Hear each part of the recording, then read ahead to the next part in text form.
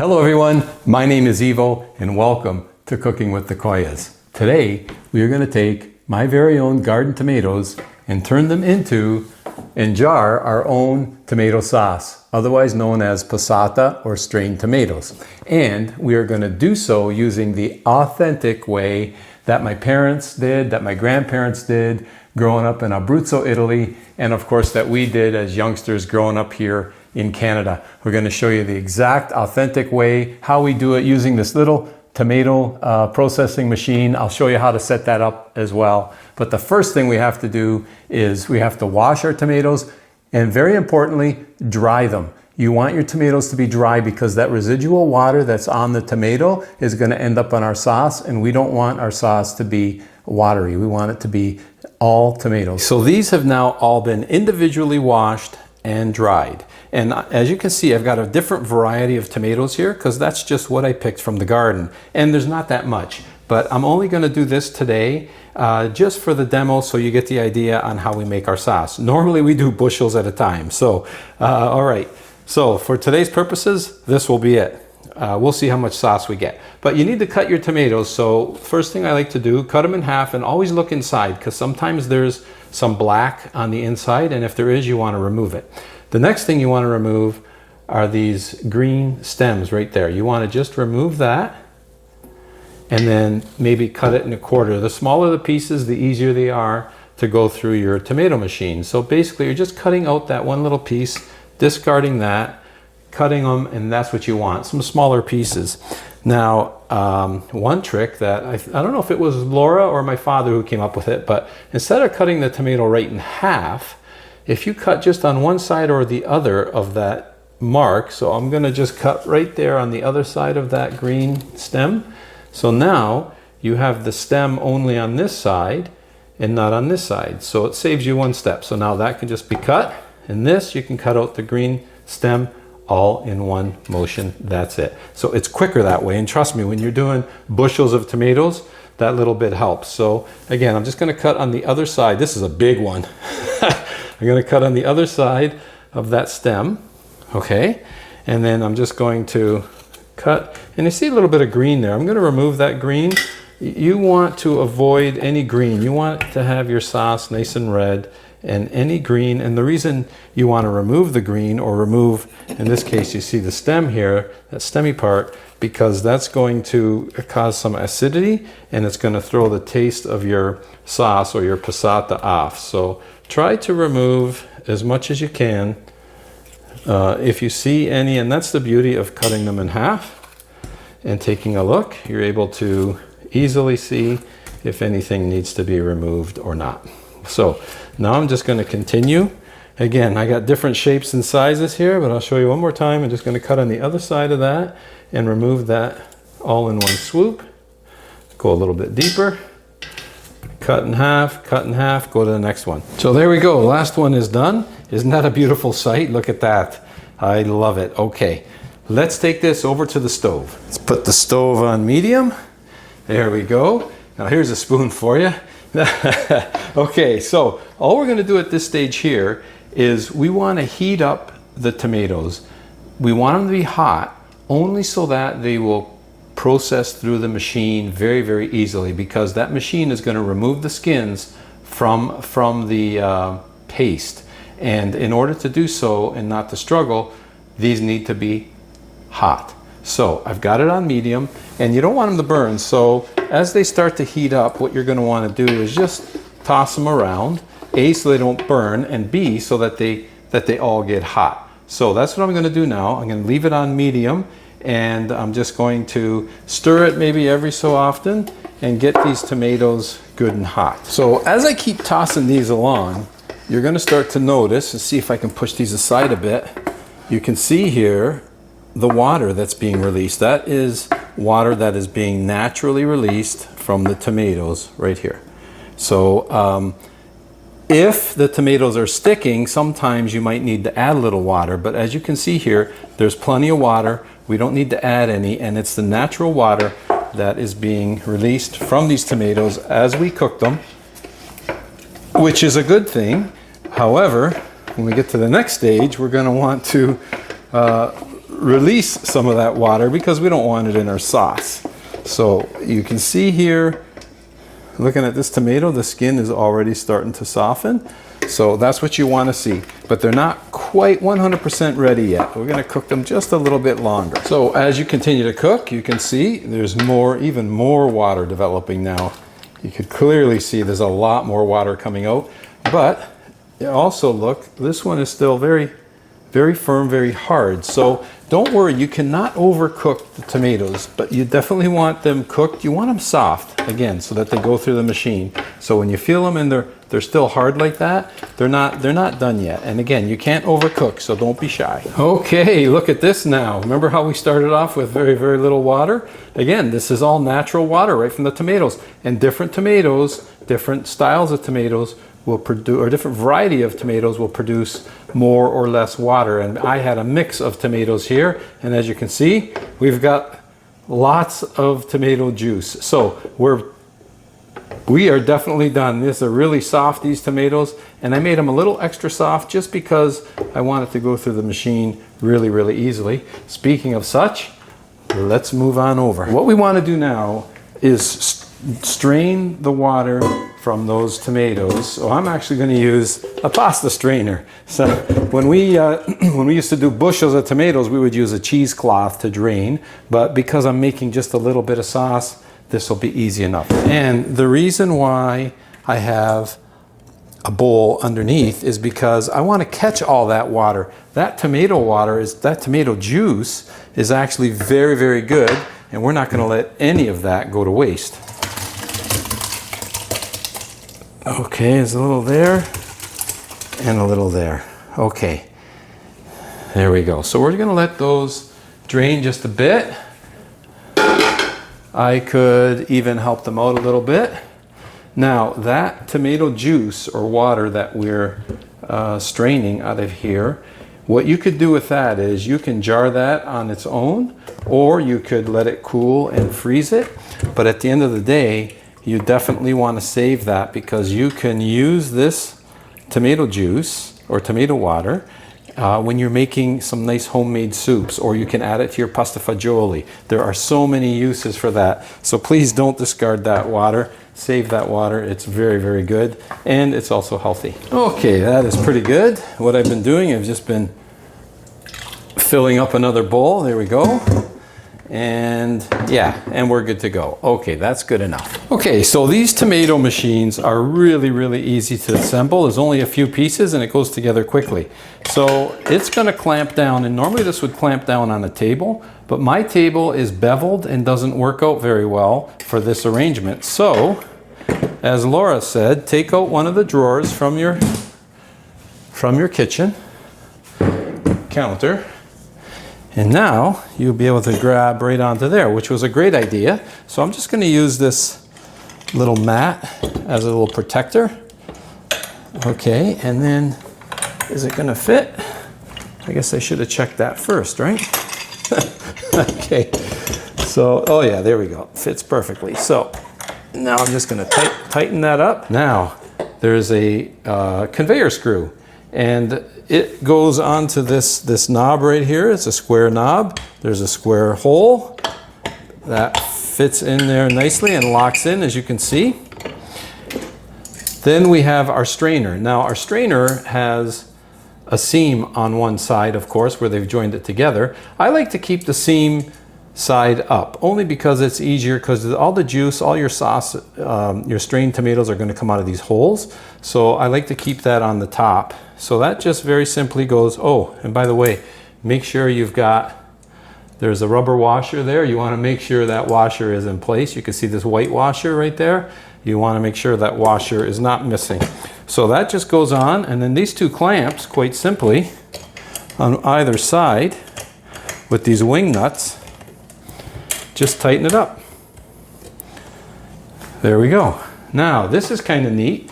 This catches our sauce. So that goes over top, and it's got a little locking device here. So this is quite nice, because this has a shield, because what happens is when you're passing your tomatoes through, it's going to splash out the top as well as the sides. So this kind of guards it. If you don't have a chute like this with a guard, I sometimes just make a guard with some aluminum foil. But this one has it, so that's great. And it's got a little screw here that keeps it in place.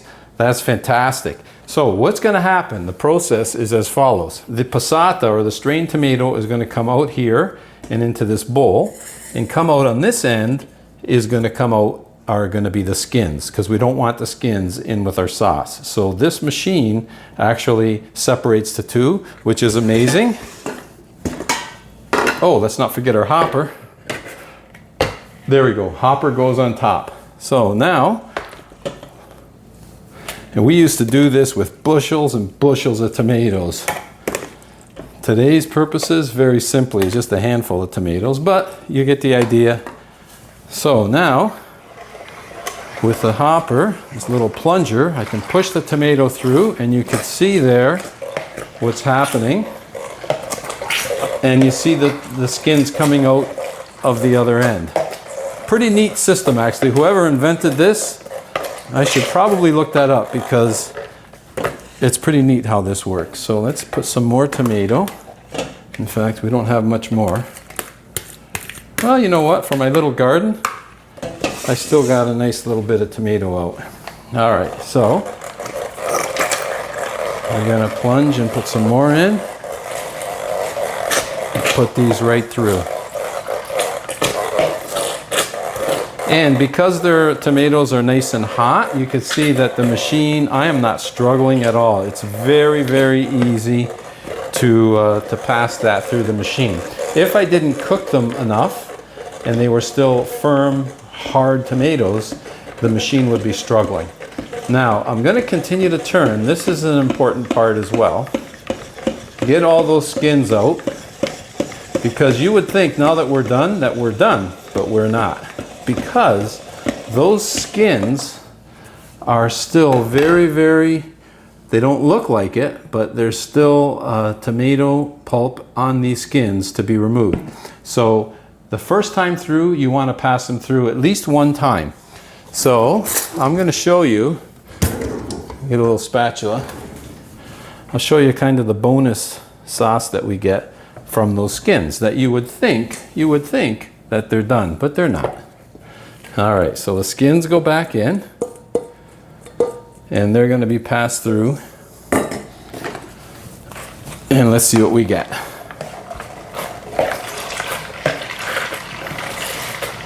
Look at that.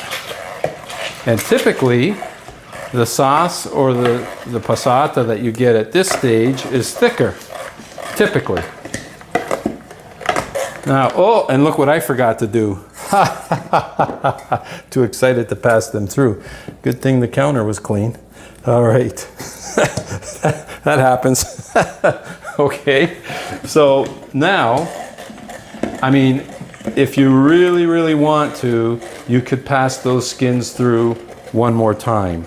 And I personally don't. You're not really, well, I'll do it just for the camera. Normally I don't, because you're not really getting, it's not really worth it. You're not getting a lot of yield. But you will get some. So here we go. Let's put it through. Oh, this is loosening. Let's tighten that up. Now it's passed through a second time. Okay, we got a little bit. We got a little bit out, but that's it. Oh, and look at what I forgot to do. That's really funny. Okay, forgot to do that again. All right, these now are really, really dry. They've been passed through twice. They're done. Okay, those are totally done, ready for the compost. Oh, and one more thing. As you take this apart,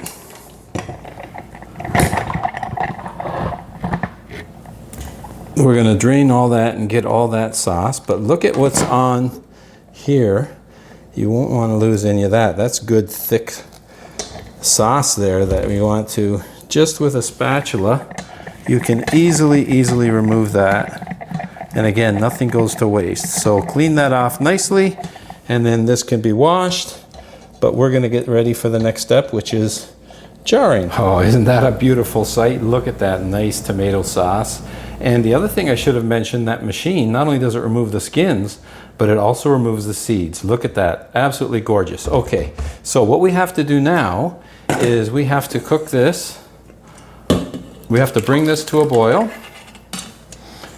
And we are going to cook this for 15 minutes. So let's strain all this, use a spatula and get all that tomato out of the bowl and into our pot. Back at the stove again. And we're just gonna put it up to, well, maybe medium right now. And we're gonna bring this up to a boil and we're gonna stir it every so often. We do not wanna burn it at this stage. So all we wanna do is bring it to a boil. And then we want it to continue to boil on low for about 15 minutes. But for right now, I've got the flame on medium. And we're gonna bring that to a boil and I'm gonna stir it occasionally so it doesn't burn. As you can see, we have got a boil going. That is great, that's what we want. So now it becomes very important, you don't want it to burn, so don't be shy. You can continuously stir this if you want, or stir it, give it a break, stir it, give it a break, but you wanna make sure it doesn't burn. So you just wanna keep it boiling for 15 minutes, and in fact, I'm gonna put the heat on medium low. So I just want it to continue to boil and stay nice and hot. Maybe more, just a little bit more heat. There we go. I see we got some nice bubbles there, some boil going. All right, we're gonna let that continue to stew like this for 15 minutes. I think I've done a nice job preventing this from burning, and it's boiling really, really nice. It's been 15 minutes. So let's put that right down to low right now. I'm gonna keep a little bit of heat on there while we jar these. So it's just on really, really low, more or less on simmer. So it's gonna calm down just a bit.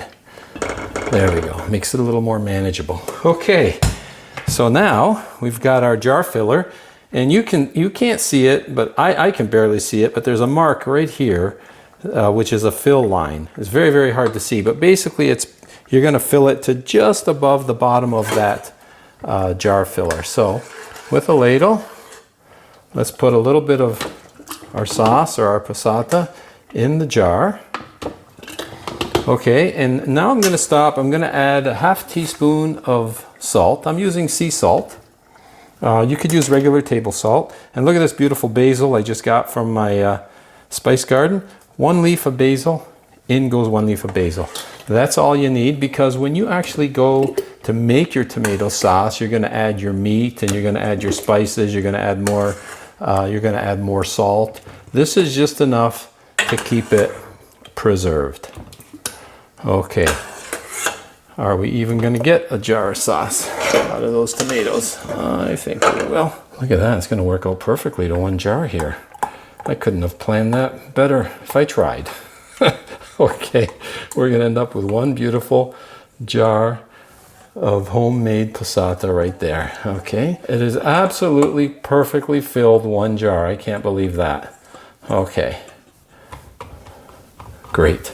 So now, relatively quickly, take your lid, put your lid on, and then with your ring, all you have to do is just snug it up. That's it. It doesn't have to be wretched on really, really tight. Just snug, and then all we're gonna do now is cover that.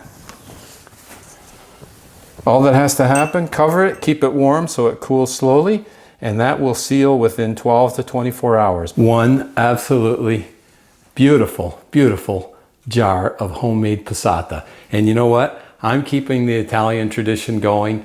Hopefully the next generation will keep it going, and will continue to keep it going, because yes, you can buy your own passata for sure, but it's never as good as what you've made yourself.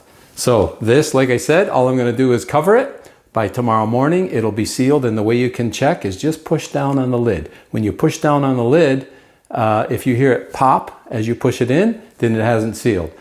If you push down on the lid and you don't hear anything, then you know it's sealed. In fact, you'll see the lid will be sucked in just a little bit. So having said that, using this method, I have never had 1 jar not seal. The key is boiling it 15 minutes, putting it in hot, sealing it right away, and then covering it. You won't have a problem. And you know what?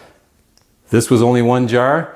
Next time I'm going to show you, maybe I'll grab a bushel and I'm going to show you a different method of processing tomatoes and making your passata. But for now, I wanted to show you the traditional Italian way right from Abbruzzo, Italy. Doesn't get much better than that. Hope you give it a try. Thanks for tuning in to Cooking with the Koyas, and until next time, buon appetito.